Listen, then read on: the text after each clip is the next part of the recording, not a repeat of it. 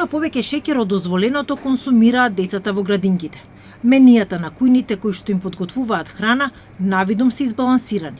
Но кога ќе се погледне подетално во подгрупите на јаглехидратите, мастите и протеините, се гледаат отстапувањата.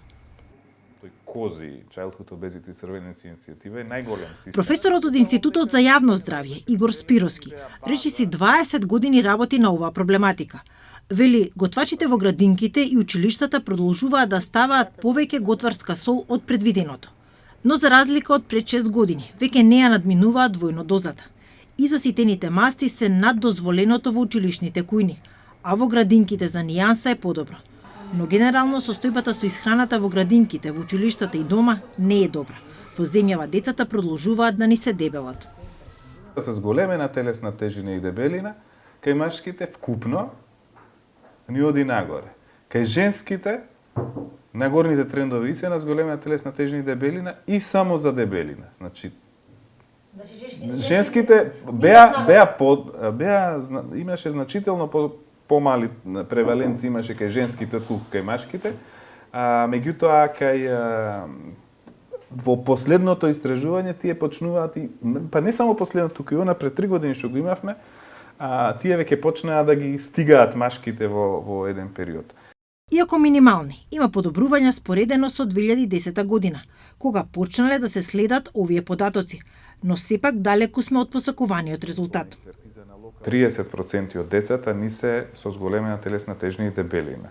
Околу 17% ни се само со дебелина, а она што мене посебно ме загрижува е тоа што нашата држава е меѓу оние кои што децата кои што имаат екстремна дебелина, значи тоа се некои од 3 до 5% на ниво на Европа, ние сме во тој дел кој што има околу 5%. Како стигнавме до овие бројки? Грешиме ли од самиот старт со исхраната? Мајките на бебиња кои што се на адаптирано млеко неретко реагираат дека дозирањето на млекото кај нас не е исто како во земјите на Европската Унија. Тоа создава сомнеш. Фармацевтите смируваат. Големите компании немаат 2 ленти во производство. Една со добар квалитет за Европската Унија и со послаб за другите земји. Потполно идентична, само разликата е во дозата на витамини и минерали кои што е наменето, значи за децата кои што живеат кај нас. Сега една Скандинавија која што има многу помалку сончеви денови во однос на една Македонија, ако родителите се придржуваат кон правите совети за правилен начин исхрана на своите дечиња, доволно излегување на сонце, дефинитивно потребата за тие витамини внесени како суплементи ќе биде многу пониска и затоа секогаш велиме нека не ги збунува родителите. Декларацијата е според дозволените вредности кои што се многу блиски со оние во нашите соседни земји. Значи верувајте дека потребата не е подеднакво иста за дечињата што живеат на нашето поднебје и оние кои што живеат во другите западноевропски земји или Америка, каде што имаме разлики во многу други работи. Секој производ како додаток на исхрана, пред да дојде во продажба, се регистрира во Агенцијата за храна и ветеринарство и се дава упатство за дозирање.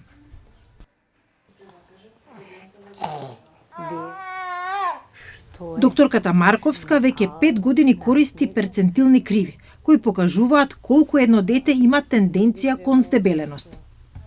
Се што се движи од последната, да речеме, од вториот, односно од 5-тиот перцентил до овој 98-тиот, ова се е здраво дете, ухрането дете. Има деца кои што се слаби и ќе се движат по овие долните перцентили, меѓутоа има деца кои што се према дебелите, има тенденција за дебелење, ќе се движат овде.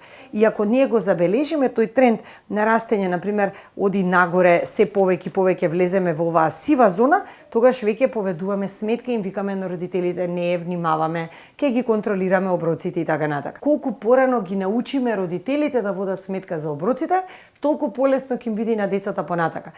Знаете, дете кое ќе има 10 години и ако е гојазно, многу ни е тешко можеме да го убедиме тоа дете дека е гојазно и дека без да му направиме некаков си проблем како ќе го перцепира општеството. Блага Папазова не е како другите баби. Љубовта на својот внук Марко не ја купува со сладки. Се обидува да го навикне да јаде овошје и манџи. Менито јас го правам најмногу, ама дедо попушта, повеќе он благо му дава. И така, да, тука е конфликт.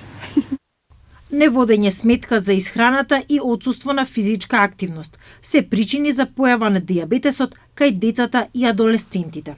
Сега е обратна ситуацијата и во светот е така, и во Европа е така, се зголемува бројката на дијабетесот, посебно на тип 2 дијабетес, кој што треба да биде кај возрастните, се зголемува таа бројка кај децата. Обезноста е тука голем фактор. Мора да напоменеме и да нагласиме дека дебелината, секој покачување на 1 килограм на телесна тежина, 1% делува зголемува ризикот за дијабетес. Дека состојбата е загрижувачка, констатира и експертите од Светската банка. Препорачуваат во земјава да се воведе данок на шеќер и за сладени пијалаци, со цел да се подобри здравјето на населението, посебно на децата.